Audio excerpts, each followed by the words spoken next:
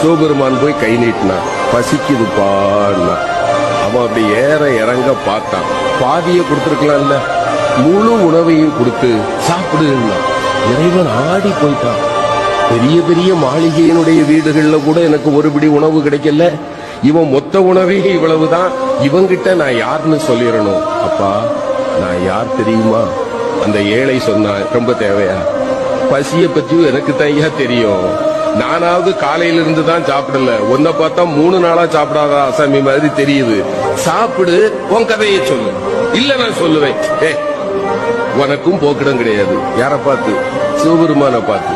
உனக்கும் போக்கிடம் கிடையாது, எனக்கும் போக்கிடம் கிடையாது. இங்கதானே இருக்க போறோம், சாப்பிட்டுக்கிட்டு சொல்லுப்பா. இல்லையா, நான் சொல்லியே ஆகணும். அந்த ஏழை சிரித்து கொண்டே சொன்ன, என்ன பெருசா சொல்லிட போற? நீ யார்? அவ்வளவுதானே. நான் சொல்லவா? நீ பரம்பொருள், இங்கு கோயில் கொண்டிருக்கக்கூடிய காசி விஸ்வநாதன். நீ சரிதானப்பான்னா இறைவன் ஆடி போயிட்டான். ஞானிகளாலும் கண்டுகொள்ள முடியாத என்னை மகனே நீ எப்படிப்பா கண்டுகொண்டாயின்னா அந்த